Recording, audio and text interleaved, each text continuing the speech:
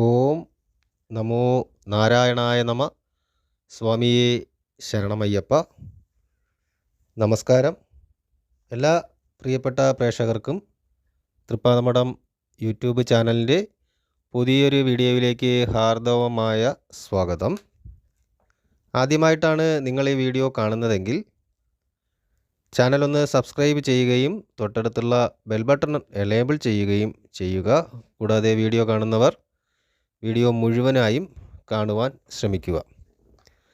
നേരത്തെ ഒരു വീഡിയോയിൽ തന്നെ ശിവരാത്രി വ്രതത്തെക്കുറിച്ച് ഞാൻ ചെറിയ ഒരു കാര്യം പറഞ്ഞിട്ടുണ്ടായിരുന്നു. അതുപോലെ തന്നെ പ്രസിദ്ധവും ഉപകാരപ്രദവുമായ മറ്റൊരു വ്രതമാണ് പ്രദോഷ വ്രതം എന്ന് പറയുന്നത്. പ്രസിദ്ധമായ ഈ വ്രതം ശിവപ്രീതികരം തന്നെയാണ്. ഇതും ശിവപ്രീതികരമായ വ്രതം തന്നെയാണ് പ്രദോഷ വ്രതവും. ത്രയോദശി സന്ധ്യയ്ക്ക് വരുന്ന ദിവസമാണ് പ്രദോഷ വ്രതമായിട്ട് അനുഷ്ഠിച്ചു വരുന്നത്.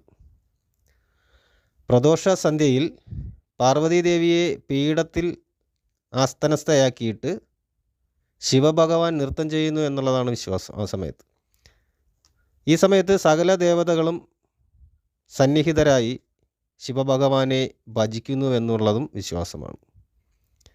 ഈ ദിനത്തിൽ വിധിപ്രകാരം വ്രതമനുഷ്ഠിക്കുന്നത് മൂലം സകല പാപങ്ങളും നശിക്കുന്നു. അതിൽ പ്രധാനമായിട്ടും ദാരിദ്ര്യ ദുഃഖശമനം, കീർത്തി, ശത്രുനാശം, സന്താനലബ്ധി, രോഗശാന്തി, ആയുസ്, ക്ഷേമം, ഐശ്വര്യം എന്നിവയെല്ലാം ലൗകിക മനുഷ്യന് പ്രദാനം ചെയ്യാൻ കഴിവുള്ള വ്രതമാണ് പ്രദോഷവ്രതം എന്ന് പറയുന്നത്.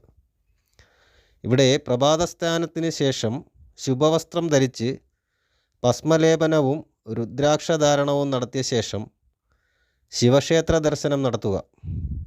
പകൽ ഉപവാസം ഉറപ്പായിട്ടും നടത്തിയിരിക്കണം. ഭക്തിപൂർവം പഞ്ചാക്ഷരം ജപിക്കുകയും വേണം. സ്നാനാനന്തരം സന്ധ്യയ്ക്ക് ക്ഷേത്ര ദർശനം നടത്തി ശിവപൂജ നടത്തുകയും കൂവളമാല ചാർത്തുകയും ചെയ്യുക. ഈ സമയത്ത് കൂവളത്തിലകൾ കൊണ്ട് അർച്ചന ചെയ്യുന്നതും വിശേഷമായ കാര്യമാണ്. അതിനുശേഷമാണ് വ്രതസമാപ്തി വരുത്തുന്നത്. ശിവപാർവതിമാർ ഏറ്റവും പ്രസന്നമായിരിക്കുന്ന പ്രദോഷ സന്ധ്യയിൽ ശിവഭജനം നടത്തുന്നത് അഭീഷ്ടസിദ്ധിക്ക് അതിവിശേഷകരമാണ്. ഈ സന്ധ്യയിൽ സകല ദേവതകളുടെയും സാന്നിധ്യം ശിവപൂജ നടത്തുന്നിടത്ത് ഉണ്ടാകുമെന്നുള്ളതാണ് വിശ്വാസം. അതിനാൽ ഈ സമയത്തെ ആരാധനയ്ക്ക് അതീവ പ്രാധാന്യമുണ്ട്. കൃഷ്ണപക്ഷവും ശനിയാഴ്ചയും കൂടി വരുന്ന പ്രദോഷത്തിന് കൂടുതൽ വൈശിഷ്ട്യം കൂടുതലായിട്ടുണ്ടാവും. അതുപോലെ തിങ്കളാഴ്ച വരുന്ന സോമപ്രദോഷത്തിനും പ്രാധാന്യം ഏറെ എന്നുള്ളതാണ്. സമ്പത്ത്, ഐശ്വര്യം, സന്താനസൗഖ്യം തുടങ്ങി ഭൗതികമായ അഭിവൃദ്ധി നൽകുന്ന വ്രതമാണ് പ്രദോഷവ്രതം. ഇവിടെ ആദിത്യ ദശാകാലമുള്ളവർ ഈ വ്രതം അനുഷ്ഠിക്കുന്നത് കൂടുതൽ ഐശ്വര്യപ്രദമായിരിക്കും.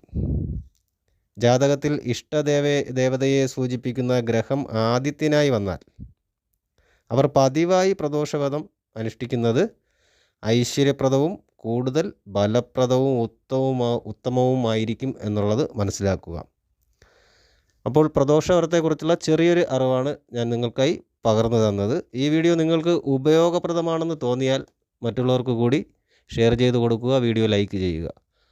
കൂടാതെ നിങ്ങളുടെ വിലയേറിയ അഭിപ്രായങ്ങളും നിർദ്ദേശങ്ങളും കമൻ്റായിട്ട് രേഖപ്പെടുത്തുക. നല്ലവരായ എല്ലാ പ്രേക്ഷകർക്കും ജഗദീശ്വരൻ നല്ലത് വരുത്തട്ടെ എന്ന് പ്രാർത്ഥിക്കുന്നു. ശുഭദിനം നേരുന്നു. നന്ദി, നമസ്കാരം.